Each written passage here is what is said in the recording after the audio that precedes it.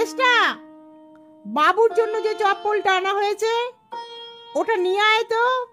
যাই মা ঠাকরুন। এই চপ্পল পায়ে দিয়ে শেষে আমার অদৃষ্টে এই লেখা ছিল। বেশ, দেবীর যা হুকুম তাই হোক, কি আর করা যাবে। আজ চপ্পল পায়ে দিয়ে যাও, বিকালে এসে ভালো জুতোর ব্যবস্থা করা যাবে। আহ বাবা গো, গেছি গো। আহা, কি হলো কি হলো? পা কেটে গেল।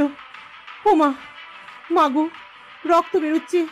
ও ও ও, এই যে কাপ ভাঙা। থামো থামো থামো, ওখানটা চেপে ধরো। এখানে বসো বসো বসো। হ্যাঁ হ্যাঁ, রক্তটা বন্ধ হোক। হ্যাঁ, আমি যাওয়ার সময় ডাক্তার পাঠিয়ে দেবো। কে ভাঙলো কাপ? কে ভাঙলো? কটা কাপ ভেঙেছিস? চুপ করে আছিস যে? মুখ পোড়া ধেড়ে, বুড়ো হয়ে মরতে যাচ্ছিস, এখনো কাজ শেখাবো নাকি? রোজ কাপ, প্লেট, থালা, বাটি ভেঙে চুরে খান খান করবে? তোমার জন্য কি আমার টাকার গাছ লাগানো আছে যে নাড়া দিলেই পড়বে? কথা নেই কেন? দাঁড়া, তোকে আজ জুতো পেটা করবো। মা ঠাকরুন। আহা, কি করছো কি করছো?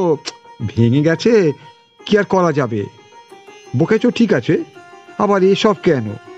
না না, ও সব চালাকি চলবে না। ওকে আজ আমি জুতো পেটা করে বাড়ি ছাড়া করবো। ওর জ্বালা আর সহ্য হয় না, রাত দিন শুধু এটা ভাঙবে ওটা ভাঙবে। ব্রজবালা, ও আমাদের কেষ্টা। সেই জন্যই তো ওকে তাড়ানো দরকার। জুতো পেটা করেই তাড়াবো।